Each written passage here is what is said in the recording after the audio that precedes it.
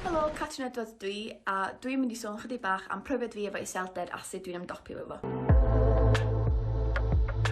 Nath bob dim cychwyn nôl yn yr ail flwyddyn o coleg, o'n i'n astudio gyfraith yng Nghaerdydd, a o'n i'n methu rili ymdopi efo'r gwaith, ac oedd pwysa ar straen o wybod be o'n i eisiau gwneud ar ôl gorffen y cwrs,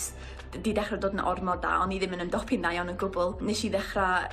ddim siarad efo ffrindiau fi, o'n i yn aros ben hun trwy dydd, o'n i'm yn gadael tŷ, doedd o ddim yn dda. Wedyn ar ôl chydig o fisoedd a pethau eraill nath ddigwydd, nes I benderfynu fynd I siarad efo tiwtor personol fi yn Gaerdydd. Oedd o'n anhygol, nath o helpu fi ffeindio ffyrdd I ymdopi efo'r gwaith sydd I ddim hwy pwyso yn hyn I wybod be o'n I eisiau gwneud mewn 5 mlynedd, so just I ffocysu ar rwan. Wedyn dros dolyg, o'n I adran nôl yn Amlwch a oedd Dr Harry Pritchard di awgrymu fi fynd ar antidepressants, so mi nes I, a oedd hynna di helpu fi gymaint di just codi fi chydig bach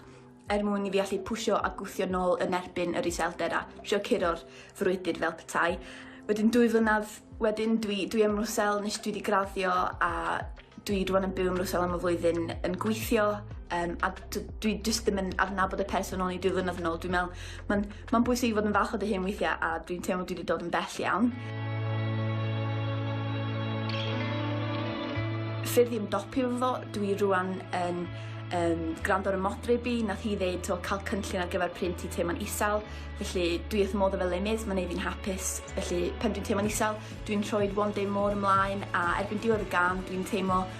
lot gwell fel just bod o'n bwysig dod allan o dy ben dy hun a edrych ar beth o gwmpas chdi. Dwi hefyd yn sbio ar tattoo nath fi a mam gael y rhifau 24601 o limys hefyd, a mae hwnna just yn helpu hefyd meddwl da o mynd I weld limys yn Llundain.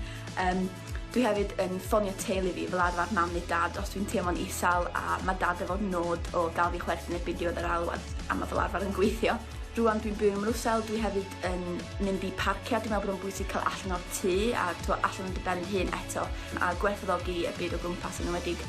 yn fyma rwan cos mae'n rili braf, so mae'n neis. Y prif reswm dwi wedi penderfynu rhannu ym mhrofiad I ydy dwi'n meddwl bod o'n bwysig dangos bod pethau yn gwella gyda ar y pryd pan mae rhywun yn isel, so ddim byd yn mynd I helpu gael chdi allan efo. Mae pobl yn deud bob dim yn iawn, ond I fi oedd o jyst mynd reit dros ymhenni a o'n i'n edrych ar blogs ar Mind, Meddwl a oedd heina, pan o'n i'n dechrau gwella, oedd heina'n rili helpu fi sylweddoli, mae pobl wedi teimlo yr un peth a dwi yn a di pethau ddim yn para am byth a dwi'n meddwl dyna di'r peth mwyaf pwysig yma, dydy pethau ddim yn para am byth. Fel fi rwan dwi dal efo iselder, ond dio ddim yn rheoli mywyd I bellach a mae'r diwrnodau drwg yn cael yn llai a llai oherwydd dydy pethau ddim yn para am byth.